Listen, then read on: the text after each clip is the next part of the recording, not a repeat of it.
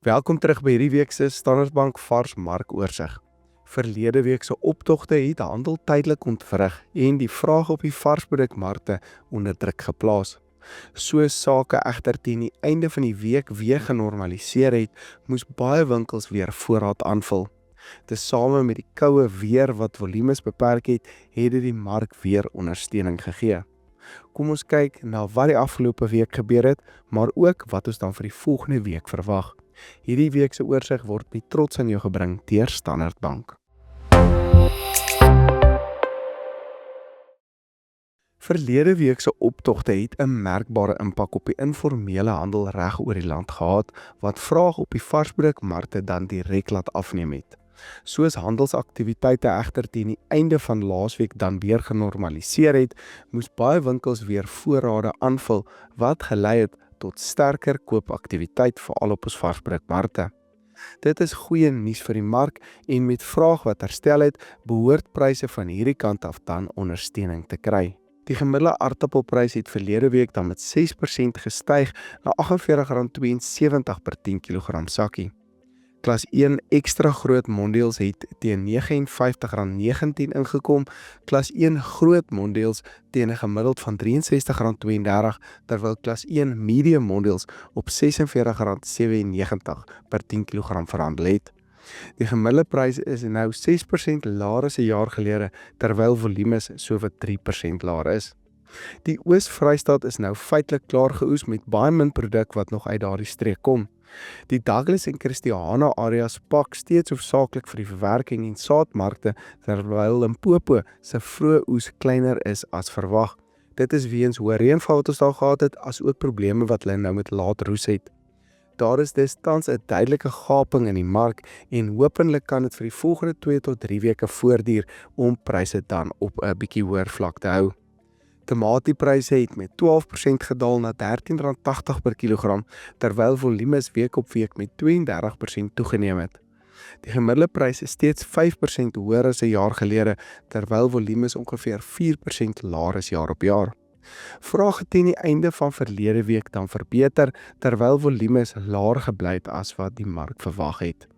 Die week het dan ook met baie lae voorraadvlakke begin op die markte, wat pryse behoort te ondersteun. Ek dink die koue en die reën hou ook steeds dan volumes terug en tomaties wat dan nog steeds groen is, maar die mark kan ook baie vinnig draai. Sodra ons weer warmer weer kry, kan groter volumes pryse skerp onder druk plaas. Eiepryse het dan verlede week met 5% gestyg na gemiddeld van R76,62 per 10 kg. Bruin klas 1 medium eie het gemiddeld op 97 ingekom, wit klas 1 medium eie op 89, terwyl rooi klas 1 eie, medium eie natuurlik, gestyg het na R194 per 10 kg. Daar is tans 'n klein produksiegaping wat, saam met die sterker vraag, pryse hierdie en moontlik vir volgende week kan ondersteun. Ek dink egter steeds groter volumes gaan pryse onder druk plaas, soos ons in September en Oktober beweeg.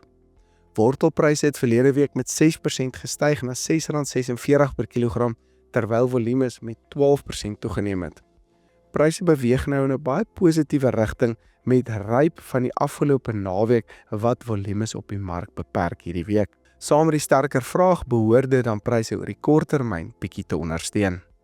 Die gemiddelde soetrussiepryse het met 21% gestyg na R16 per kilogram. Groen soetrussies was 4% hoër op R10,14, geel soetrussies 70% hoër op R42,23 en rooi soetrussies 57% hoër op R32,60. Koolpryse het gedaal na R3,17, patats het gestyg na R3,58, spinasie het gedaal na R3,39, botterskorsies het gestyg na R4,54 en pampoene wat daal na R2,61. Groenbone styg na R26,99 met komkommer 36% laer op R9,72. Knoffelpryse het gestyg na R55,78 per kilogram met plaaslike knoffel nou op R53,56 en ingevoerde knoffel hoër op R62,36 per kilogram. Ons het dan ook teen die einde van verlede week meer kopers op die vrugtemarkte gesien, wat die meeste vrugtemarkpryse dan ook ondersteuning gegee het en die algemene marksentiment verbeter het. Piesangpryse het met 3% gedaal na R7,13 per kilogram of ongeveer R128 per 18 kg boks.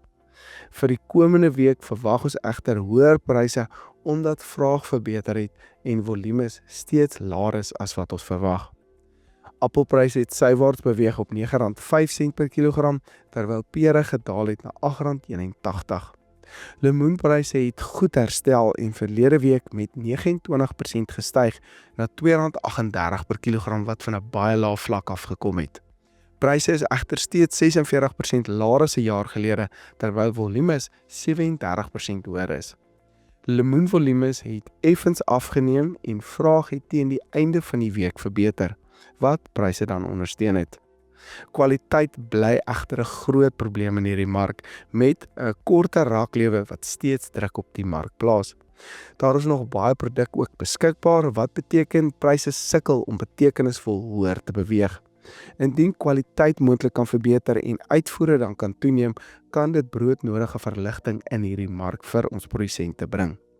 Suurlemoenpryse het gedaal na R4.29 per kilogram, terwyl pomelo's gedaal het na R3.58 per kilogram. Avokadopryse het verlede week met 1% gestyg na R16.84 per kilogram en behoort oor die volgende maand rondom hierdie vlakke te bly, met die moontlikheid om moontlik teen die einde van September nader aan die R20 per kilogram merk te verhandel.